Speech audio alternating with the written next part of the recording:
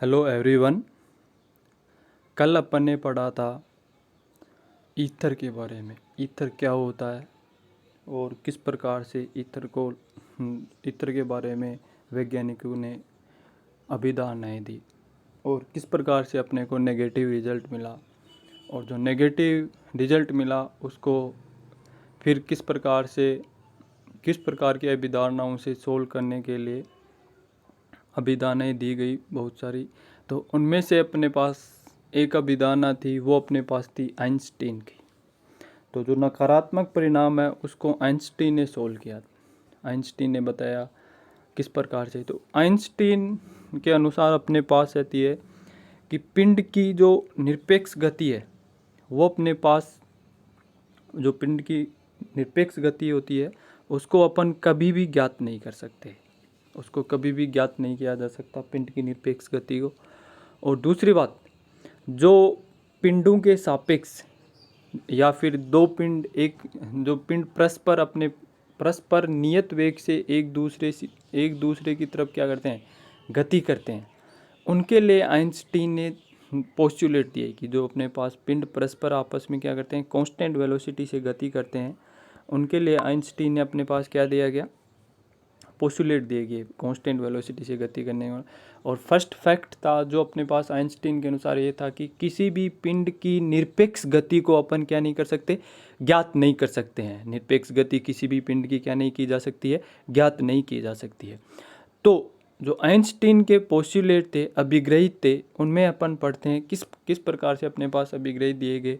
उनमें से first postulate अपने पास है, फर्स्ट पोस्टुलेट को प्रिंसिपल ऑफ इक्विवेलेंस भी बोला जाता है। फर्स्ट पोस्टुलेट को क्या बोला जाता है, प्रिंसिपल ऑफ इक्विवेलेंस।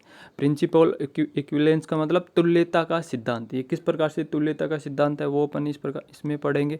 और ये अपने पास क्या होता है, न्यूटोनियन थ्योरी ऑफ रिलेटिविटी भी इसको बोला जाता है। न्यूटन के आपेक्षिकता के सिद्धांत के समान होता है ये नियम जो होता है। फर्स्ट पोस्टुलेट दिया गया था वो न्यूटन की आपेक्षिकता सिद्धांत के समान होता है। ठीक है, इसके दो तरीके से जाना जा सकता है, एक तो प्रिंसिपल ऑफ इक्विवेलेंस और दूसरा अपने पास है Newtonian theory of relativity, Newton की अपेक्षिकता का सिद्धांत। अब जो अपने पास है, जो यांत्रिकी के सभी मूलभूत नियम किसी एक निर्देश तंत्र में क्या हो, सत्य हो। यांत्रिकी के सभी मूलभूत नियम एक निर्देश तंत्र में अपने पास क्या हो, सत्य हो। तो उस निर्देश तंत्र के सापेक्ष कांस्टेंट वेलोसिटी से गति करने वाले निर्देश तंत्रों में भी वो क्या होंगे, सत्य होंगे। उस निर्देश तंत्र के सापेक्ष कांस्टेंट वेलोसिटी से गति करने वाले सभी निर्देश तंत्रों में भी वो क्या होंगे, वैलिड होंगे। ठीक है, जो उस निर्देश तंत्र में यांत्रिकी के नियम क्या है आपके पास, वैलिड है। तो ये अपने पास क्या था कि जिसमें जो अपने पास पहले फ्रेम ऑफ रेफरेंस ले रहे हैं उसके अंदर अपने पास मैकेनिक्स के जो रूल वैलिड है, वो अपने पास उसके करस्पॉन्डिंग अपने पास जो उससे रिलेटिव मोशन कर रहे हैं, कांस्टेंट रिलेटिव मोशन कर रहे हैं, कांस्टेंट वेलोसिटी अपने पास क्या करें, गति करें, उनमें भी वो क्या रहेंगे, मैकेनिक्स के लॉ वैलिड रहेंगे। तो इस प्रकार इसको अपने पास बोला जाता है प्रिंसिपल और इक्विवेलेंस, यानी दोनों में अपने पास क्या होंगे, समान नियम वैलिड रहेंगे। फर्स्ट वाले में वैलिड है तो सेकंड में जितने भी अपने पास फ्रेम ऑफ रेफरेंस है उनमें भी वो क्या रहेंगे, वैलिड रहेंगे। तो ये प्रिंसिपल और इक्विवेलेंस की वो क्या करते हैं, पालना करते हैं। फर्स्ट में वैलिड है तो सेकंड में भी अपने पास क्या रहेंगे, वैलिड रहेंगे। बस शर्त अपने पास इतनी है कि वो अपने पास उस निर्देश फ्रेम के सापेक्ष क्या होना चाहिए, कांस्टेंट गति से गति करना चाहिए, कांस्टेंट वेलोसिटी से क्या होना चाहिए, गति करना चाहिए, वेग से गति करना चाहिए। हाँ, इसको दूसरी अपन परिभाषा में लिख सकते हैं कि फ्री स्पेस के अंदर घटित सभी भौतिक घटनाएं, फ्री स्पेस के अंदर घटित सभी भौतिक घटनाएं के सभी नियम के, जो भौतिक घटनाएं घटी हैं उसके सभी नियम, भौतिकी के जो नियम है सभी नियम उसके सापेक्ष नियत वेग से गतिशील निर्देश तंत्र में भी क्या होंगे, समान होंगे। तो उस घटना के ऊपर जो नियम लागू हो रहे हैं तो उस घटना के सापेक्ष अपने पास जो कांस्टेंट वेलोसिटी से गति कर रहे हैं उन निर्देश तंत्रों में भी वो क्या होंगे, लागू होंगे। तो ये अपने पास है फर्स्ट पोस्टुलेट। तो फर्स्ट पोस्टुलेट अपने पास बताता है प्रिंसिपल ऑफ इक्विवेलेंस, और इसको अपने पास किसके समान होते हैं, Newtonian theory of relativity, Newton की अपेक्षिता सिद्धांत के समान होता है। तो ये अपने पास फर्स्ट पोस्टुलेट दिया गया था किसका द्वारा, आइंस्टीन के द्वारा। सेकंड पोस्टुलेट अपने पास है कि जो लाइट वेलोसिटी होती है, सेकंड पोस्टुलेट अपन पढ़ेंगे, जो लाइट वेलोसिटी होती है वो अपने पास क्या होती है, यूनिवर्सल कांस्टेंट होती है। सार्वत्रिक क्या है, नियतांक है, ये सभी के लिए क्या होगी, कांस्टेंट होगी। कहीं पर भी आप चले जाओ, किसी भी प्रकार से आप चले जाओ। तो सेकंड पोस्टुलेट के अनुसार प्रकाश का वेग सभी प्रेक्षकों के लिए अपने पास क्या होता है, नियत होता है।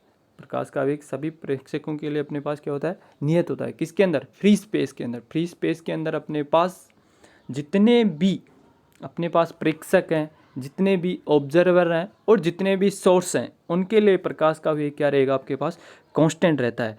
और वह उसकी जो ऑब्जर्वर है और जो सोर्स है उसकी गति और गति की दिशा दोनों पर ही क्या नहीं करता है, निर्भर नहीं करता है। वेग और वेग की दिशा दोनों पर ही वो क्या नहीं करेगा, निर्भर नहीं करेगा। ठीक है यहाँ तक।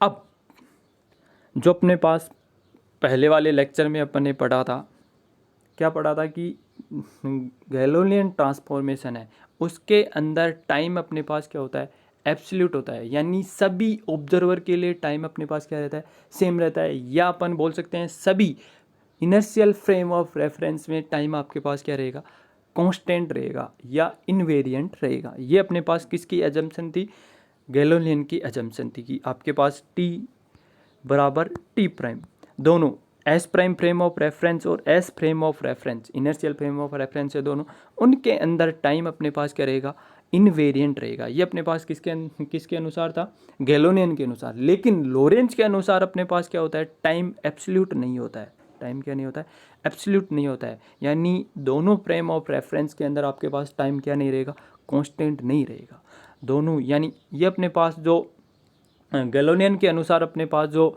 घटनाएं हो रही थी वो किसी ऑब्जर्वर के लिए, एक बात करें एस फ्रेम में जो ऑब्जर्वर है उसके लिए अपने पास क्या थी, समकालीन थी। तो दूसरे वाले ऑब्जर्वर जो अपने पास सेकंड फ्रेम ऑफ रेफरेंस के उसके अंदर भी क्या थी, समकालीन होनी चाहिए थी। किसके अनुसार, गैलोलियन के अनुसार। लेकिन लोरेंज के अनुसार ऐसा नहीं है कि एक अपने पास ऑब्जर्वर के लिए आपके पास सिमिल्टेनियस है तो दूसरे वाले के लिए ये जरूरी नहीं है कि वो क्या रहे आपके पास, सिमिल्टेनियस रहें। ठीक है, ये उसके लिए आपके पास क्या है, ज़रूरी कंडीशन नहीं है कि आपके पास क्या रहे, दूसरे वाले के भी क्या रहे, सिमिल्टेनियस रहे। जबकि उसके अनुसार, गैलोलियन के अनुसार अपने पास क्या थी, दोनों समकालीन। सभी ऑब्जर्वरों के लिए, एक ऑब्जर्वर के लिए घटना समकालीन थी तो दूसरे वाले ऑब्जर्वर के लिए भी अपने पास क्या होती, समकालीन। तो अपने पास ये क्या होती है, रिलेटिव अपने पास क्या होती हैं, आपेक्षिक होती हैं। जो समकालीन घटनाएं होती हैं वो आपके पास क्या होती हैं, आपेक्षिक घटनाएं होती हैं। तो इस प्रकार का जो नियम होता है उसको अपन बोलते हैं theory of relative of simultaneity, theory of relativity of simultaneity. ठीक है यहाँ तक। हाँ, अब अपन पढ़ेंगे तो इस प्रकार जो एक निर्देश तंत्र के सापेक्ष दूसरा निर्देश तंत्र एक कांस्टेंट वेलोसिटी से गति कर रहा है, उसके अनुसार अपने पास जो कोऑर्डिनेट है वो किस प्रकार से अपने पास क्या होने चाहिए, चेंज होने चाहिए। यानी कोऑर्डिनेट ट्रांसफॉर्मेशन किस प्रकार से होना चाहिए।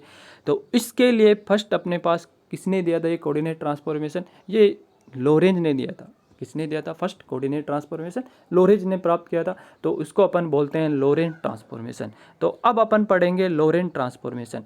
तो फर्स्ट अपने पास जो आइंस्टीन के स्पेशल थ्योरी ऑफ रिलेटिविटी के दो पोस्टुलेट दिए थे वो अपन ने पढ़ा। फर्स्ट पोस्टुलेट अपने पास था प्रिंसिपल ऑफ इक्विवेलेंस और सेकंड पोस्टुलेट अपने पास था universal constant of light velocity. ठीक है, तो लोरेंट ट्रांसफॉर्मेशन के लिए अपन पहले पढ़ते हैं कि दो अपने पास फ्रेम ऑफ रेफरेंस एस और S prime initial frame of reference है। ठीक है, तो S prime frame of reference है, एस के सापेक्ष प्लस एक्स एक्स दिशा के अंदर कांस्टेंट वेलोसिटी से गति कर रहा है। एस प्राइम जो इनर्शियल फ्रेम ऑफ रेफरेंस है वो एस के सापेक्ष प्लस एक्स एक्स दिशा में कांस्टेंट वेलोसिटी वी से क्या कर रहा है, गति कर रहा है। फर्स्ट अपने पास क्या है, और उसके अंदर y और z एक्सिस क्या है आपके पास, पैरेलल है। उसके अंदर अपने पास y और z एक्सिस क्या है आपके पास, पैरेलल है। फर्स्ट इनिशियली अपन बात करते हैं, इनिशियल के अंदर दोनों फ्रेम ऑफ रेफरेंस के जो ओरिजिन पॉइंट है, s और s prime frame of reference के जो ओरिजिन पॉइंट है इनिशियल में अपन बात करते हैं टी बराबर टी प्राइम, जहाँ पे टी अपने पास है ऑब्जर्वर ओ के लिए प्राइम टाइम, और टी प्राइम आपके पास है ऑब्जर्वर ओ प्राइम के लिए आपके पास क्या है टाइम।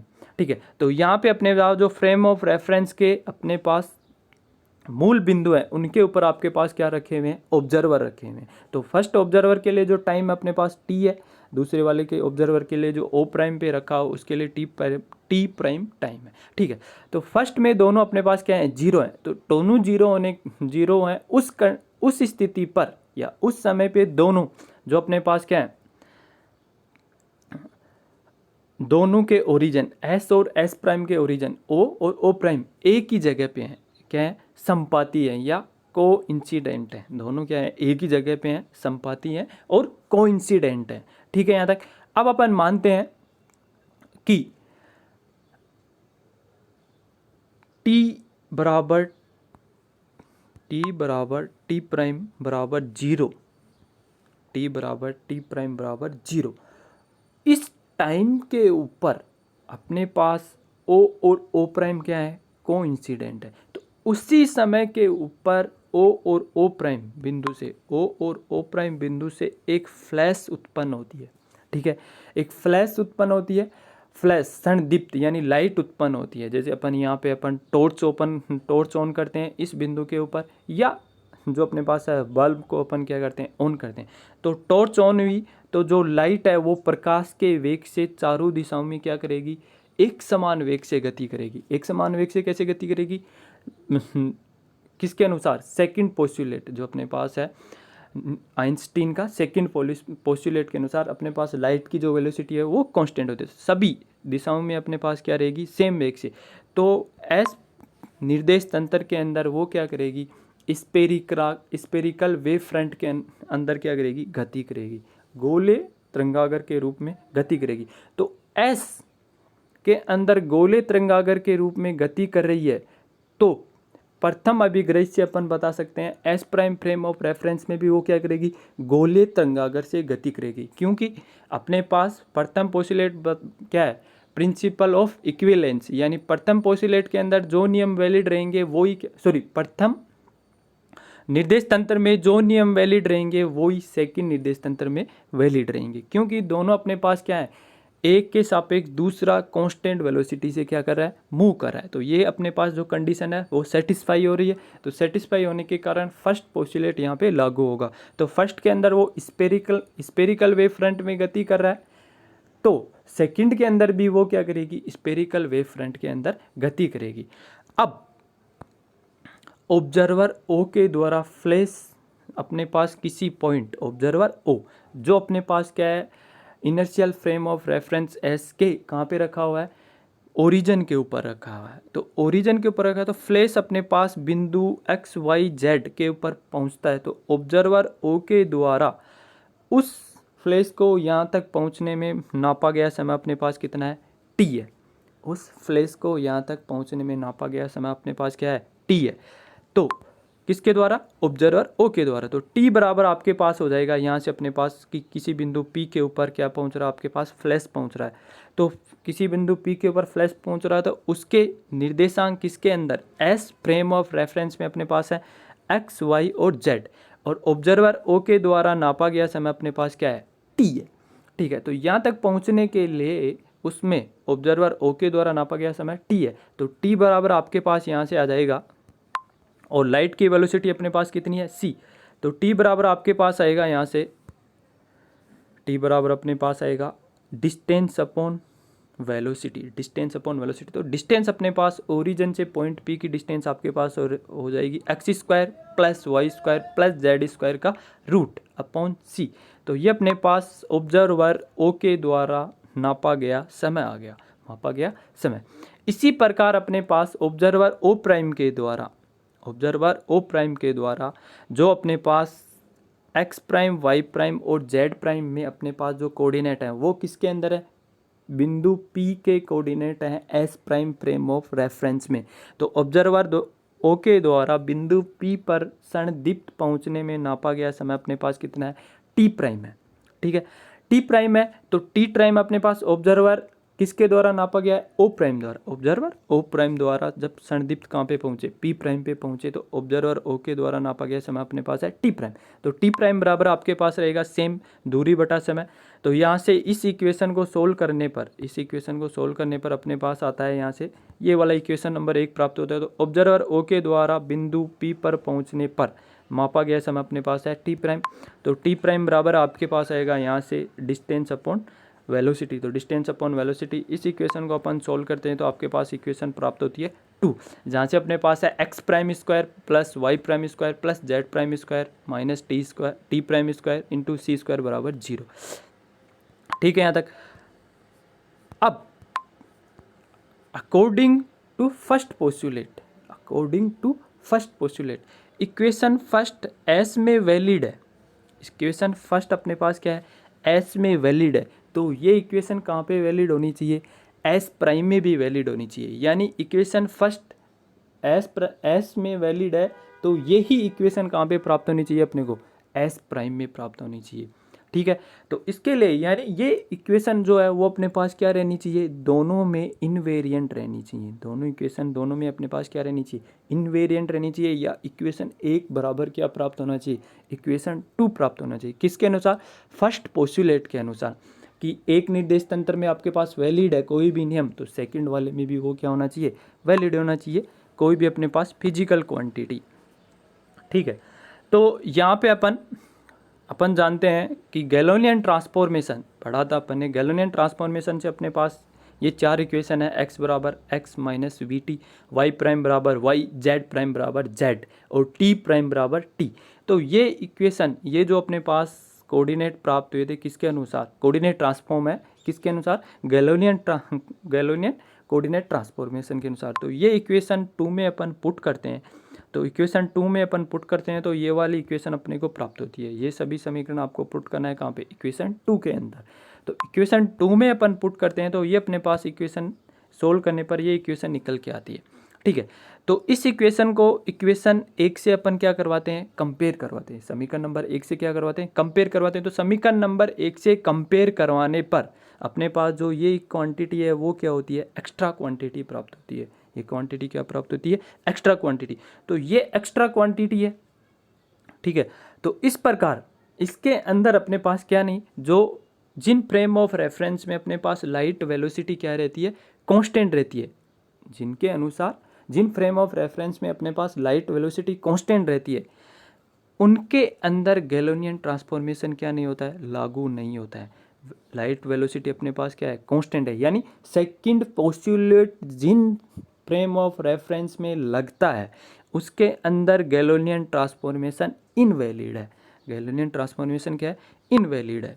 ठीक है, अब अपन खुद गेस करते हैं कि अपने पास एक्स प्राइम और टी प्राइम इस प्रकार से रेखिक रूपांतरण होता है। एक्स प्राइम और टी प्राइम का अपने पास इस प्रकार से रेखिक रूपांतरण होता है। यहाँ पे टी प्राइम है, ध्यान रखें इस बात का।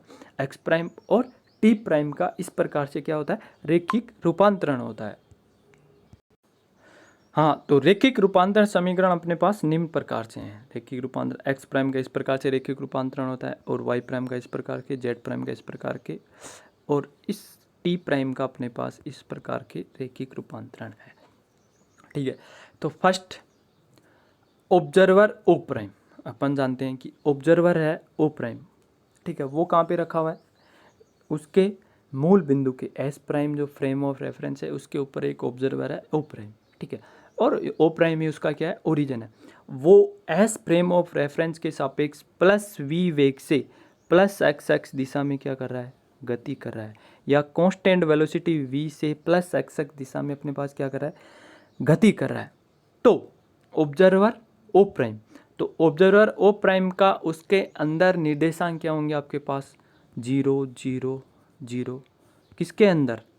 एस प्राइम ऑफ रेफरेंस के अंदर, ऑब्जर्वर ओ प्राइम के। तो वहाँ पे अपने पास एक्स प्राइम का मान क्या आ जाएगा आपके पास? 0। एस प्राइम ऑफ रेफरेंस के अंदर ऑब्जर्वर ओ का जो निर्देशांक है वो 0 0 0। इस कारण आपके पास एक्स प्राइम का मान क्या आ जाएगा? 0 आ जाएगा। तो यहाँ पे अपन एक्स प्राइम का मान 0 पुट करते हैं इस इक्वेशन के अंदर, तो ये इक्वेशन अपने को क्या होती है? प्राप्त होती है। तो ये इक्वेशन प्राप्त होने के कारण इसको अपन लिखते हैं तो ये अपने पास समीकरण आता है। इसको समीकरण नंबर 3 देते हैं। ठीक है, यहाँ पे अपने पास इसको सोल्व करेंगे तो dx/dt बराबर आएगा आपके पास β/α बराबर v, और ये अपने पास है ऑब्जर्वर ओ का वेग किसके सापेक्ष, एस फ्रेम ऑफ रेफरेंस के सापेक्ष, वो अपने पास कितना है, कांस्टेंट v। ठीक है, तो बीटा बराबर आपके पास प्राप्त हो गया यहाँ पे -α/v, समीकरण नंबर 3। इसी प्रकार अपन मान सकते हैं इस डायग्राम से कि ऑब्जर्वर ओ प्राइम के सापेक्ष ओ माइनस एक्स दिशा में क्या कर रहा है, v वेग से गति कर रहा है। ऑब्जर्वर ओ प्राइम के सापेक्ष ऑब्जर्वर ओ माइनस v वेग से x दिशा में गति कर रहा है। सेम जैसे अपन किसी बस में बैठे हुए रहते हैं तो बस गति करती है तो आसपास का जो वातावरण है वो अपने को पीछे की दिशा में जाता हुआ दिखाई देता है। तो ऑब्जर्वर ओ प्राइम जो एस प्राइम में क्या है, कांस्टेंट है, यानी एस प्राइम के सापेक्ष उसकी वेलोसिटी क्या है, 0। तो ऑब्जर्वर ओ प्राइम के सापेक्ष ओ की वेलोसिटी क्या होगी, जस्ट अपोजिट होगी, जितनी उसकी फ्रेम ऑफ रेफरेंस की है। तो उसकी फ्रेम ऑफ रेफरेंस की अपने पास क्या होती है, प्लस v होती है, तो उसकी कितनी हो जाएगी, -v। सेम जितनी वेलोसिटी से बस आगे की दिशा में जाती है उतनी वेलोसिटी से आसपास के जो पेड़ पौधे हैं, जो पृथ्वी के ऊपर पेड़ पौधे उग रहे हैं, वो ही उतनी वेलोसिटी से अपने को पीछे की दिशा में जाते हुए दिखाई देते हैं।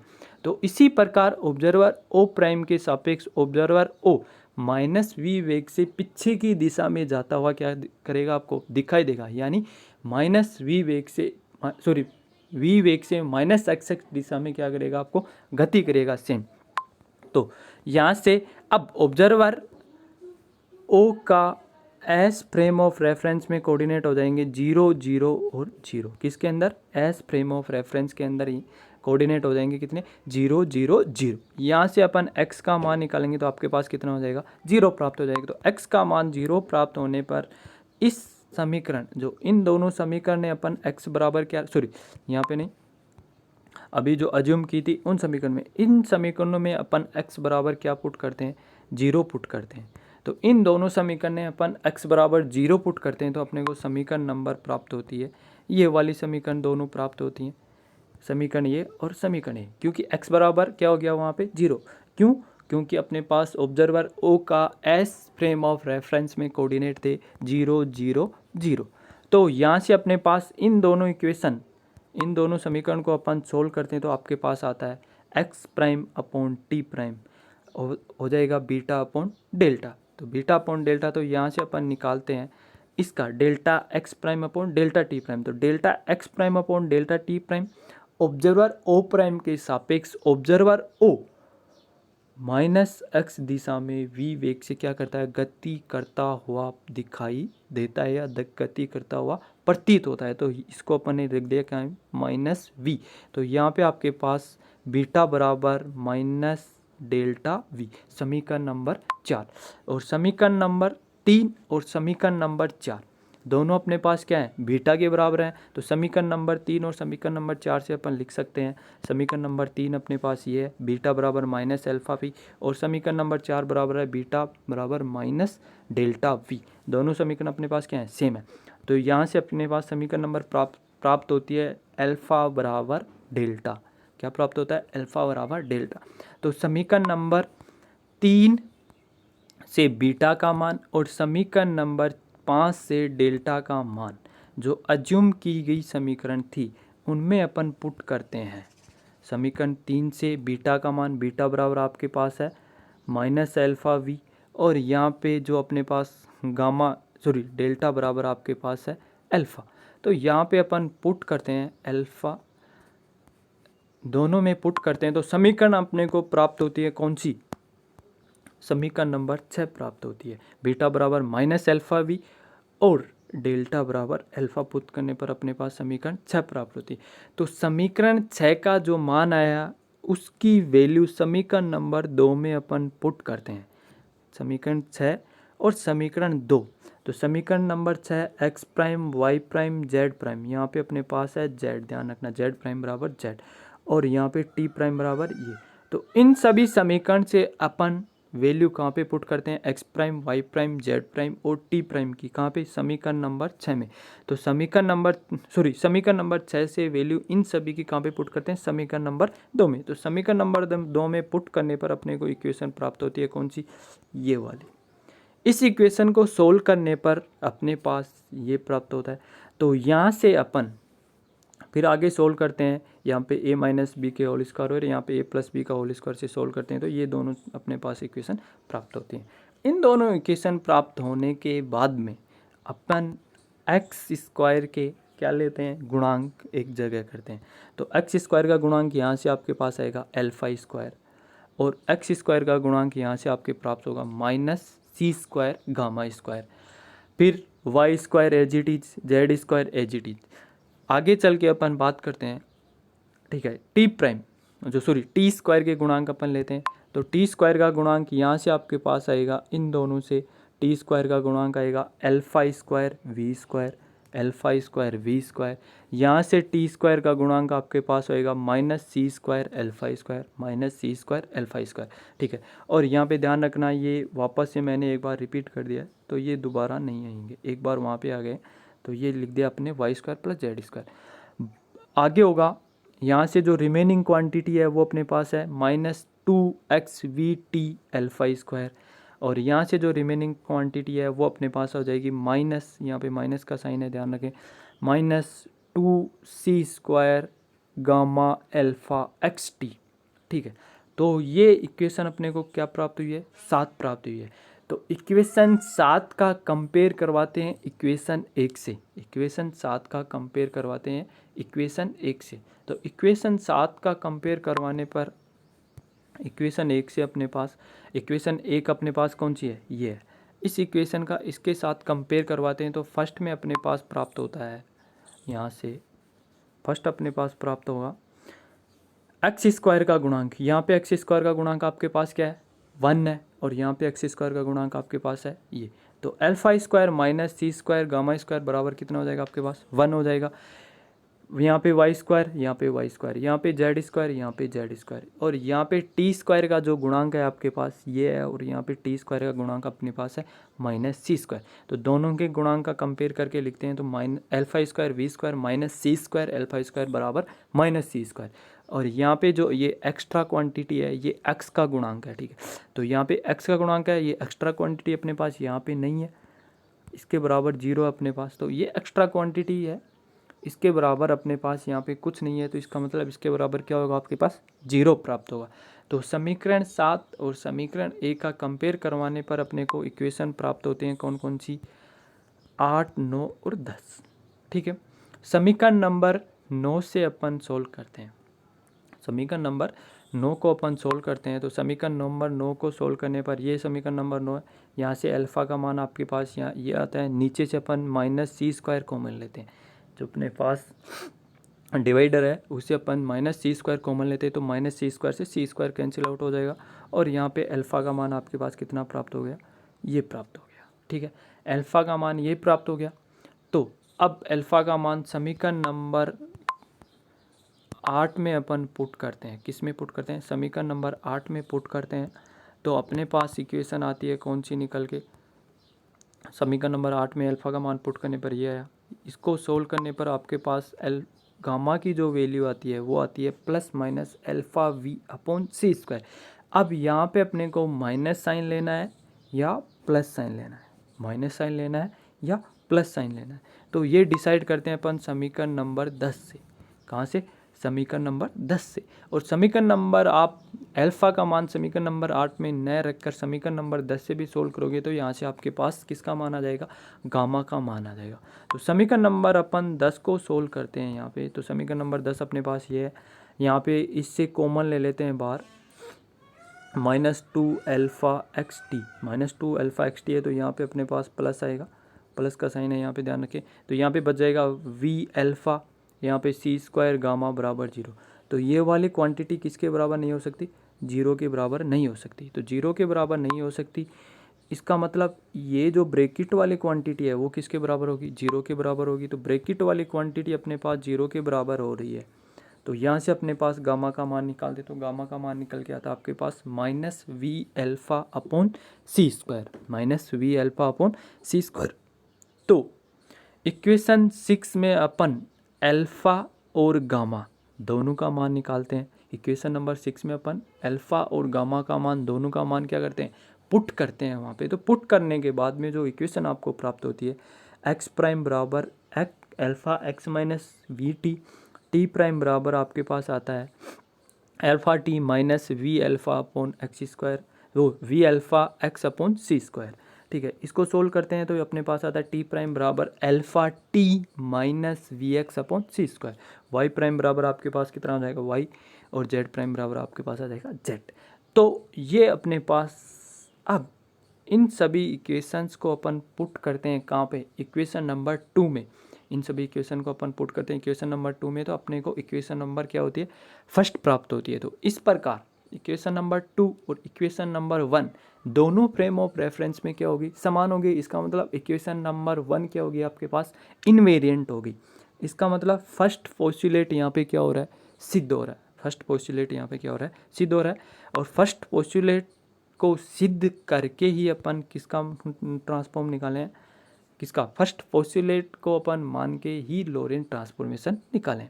ठीक है, अब अपन यहाँ पे स्पेशल केस की बात करते हैं। तो स्पेशल केस अपने पास है v लेस देन सी, तो 1 अपॉन सी लेस देन क्या हो जाएगा, v हो जाएगा। 1 अपॉन सी, सॉरी, v लेस देन सी, तो v अपॉन सी लेस देन v अपॉन सी लेस देन, सॉरी फिर से, v अपॉन सी लेस देन 1, v अपॉन सी लेस देन 1। तो यहाँ पे अपन पुट करते हैं तो अल्फ़ा का मान अपने पास लगभग 1 आता है, ये वाली कंडीशन को मान के, और गामा का मान अपने पास क्या आता है, 0 आता है। तो समीकरण नंबर जो 13 प्राप्त हुई है यहाँ पे अल्फ़ा बराबर 1 पुट करने पर, और क्या, गामा बराबर, सॉरी हाँ, गामा बराबर अपने पास क्या पुट करेंगे, 0 पुट करने पर। तो गामा बराबर 0 और अल्फ़ा बराबर अपन 1 पुट करते हैं तो अपने को ये वाला ट्रांसफॉर्म प्राप्त होता है। और ये सिमिलर है किसके बराबर, गैलोनियन ट्रांसफॉर्मेशन के बराबर। तो ये कंडीशन अपने पास होती है जब लोरेंट ट्रांसफॉर्मेशन किसको व्यक्त करता है, या अपन लोरेंट ट्रांसफॉर्मेशन से कहाँ चले जाते हैं, गैलोनियन ट्रांसफॉर्मेशन में चले जाते हैं। ठीक है, ये कंडीशन अपने को क्या होना चाहिए, अप्लाई होना चाहिए। तो यहाँ से अपने को पता चल रहा है कि जो अपने पास रिलेटिविटी के केस होते हैं वो लगभग उसकी वेलोसिटी किसके बराबर होना चाहिए, कंपैरिजन सी के इक्वल होना चाहिए, तभी अपन ये वाला जो लोरेंट ट्रांसफॉर्मेशन है ये वैलिड रहेगा। ठीक है, वरना अपने पास किससे काम चल जाएगा, गैलोलियन ट्रांसफॉर्मेशन से काम चल जाएगा। अब अपन इन्वर्स लोरेंट ट्रांसफॉर्मेशन की बात करते हैं। इन्वर्स लोरेंट ट्रांसफॉर्मेशन के लिए अपन बात करेंगे कि जो सेम वैसे ही जो बस में अपन बैठे हुए हैं, बस में बैठते हैं तो अपने पास बस एक फ्रेम ऑफ रेफरेंस होगी। ठीक है, और बस फ्रेम ऑफ रेफरेंस होगी, एक अपने पास क्या होगी, अर्थ फ्रेम ऑफ रेफरेंस होगी। अब बस अर्थ के सापेक्ष क्या कर रही है, कांस्टेंट वेलोसिटी से गति कर रही है। तो बस में आप बैठे हुए हो, तो बस में एक अपने पास आप बैठे हुए हो, इसका मतलब बस के अंदर एक ऑब्जर्वर आप हो गए, और एक कोई भी मैन अपने पास कहाँ रखा हुआ है, अर्थ के ऊपर रखा हुआ है, या अर्थ के ऊपर खड़ा हुआ है, एक ऑब्जर्वर वो हो गया। तो आपके साथ जो व्यक्ति खड़ा हुआ है वो आपको पीछे की दिशा में क्या करेगा, जितने वेग से आप पृथ्वी के सापेक्ष, जितनी वेग से पृथ्वी के सापेक्ष आप चल रहे हो, यानी पृथ्वी के सापेक्ष बस चल रही है, उतने ही वेग से वो क्या करेगा, पीछे की दिशा में गति करता हुआ प्रतीत होगा। तो इसी प्रकार अपन मान सकते हैं कि एस प्राइम के सापेक्ष एस माइनस एक्स दिशा में उतने ही वेग से गति करता है जितने से एस प्राइम एस के सापेक्ष क्या करता है, गति करता है। ठीक है, तो उसका मतलब माइनस वी वेलोसिटी से वो गति कर रहा है, कौन सी दिशा में, माइनस एक्स दिशा में। तो समीकरण नंबर जो 13 प्राप्त हुआ है उसके अंदर v की जगह अपन माइनस वी पुट करवाएं, v की जगह अपन माइनस वी पुट करवाएं तो आपको इन्वर्स लोरेंट ट्रांसफॉर्मेशन प्राप्त होता है। तो इन्वर्स लोरेंट ट्रांसफॉर्मेशन बराबर ये, x बराबर alpha x prime plus v t prime, y बराबर वाई, जेड प्राइम बराबर, सॉरी वाई प्राइम बराबर वाई, जेड प्राइम बराबर जेड, यहाँ पे ध्यान रखिए जेड, और टी बराबर T prime plus v x upon सी स्क्वायर इंटू अल्फ़ा। ये अपने पास इन्वर्स लोरेंट ट्रांसफॉर्मेशन है और ये आपके पास है लॉरेंट ट्रांसफॉर्मेशन। ठीक है, तो ये हुआ अपने पास आइंस्टीन के पोस्टुलेट और लॉरेंट ट्रांसफॉर्मेशन। जो आइंस्टीन का पोस्टुलेट था उसके अनुसार जो अपने पास ट्रांसफॉर्म दिया गया कि एक निर्देश तंत्र के सापेक्ष दूसरा निर्देश तंत्र कांस्टेंट वेलोसिटी से गति करता है, तो उसके जो एक निर्देश तंत्र से दूसरे निर्देश तंत्र में कोऑर्डिनेट ट्रांसफॉर्मेशन होते हैं वो किसके अनुसार होते हैं? लॉरेंट ट्रांसफॉर्मेशन के अनुसार होते हैं। अब अभी तक वो जो नेगेटिव रिजल्ट है वो अभी आया नहीं है, अभी आगे आएगा। आगे अपन जो वीडियो आएंगे उसके अंदर अपन उस नेगेटिव रिजल्ट के बारे में चर्चा करेंगे।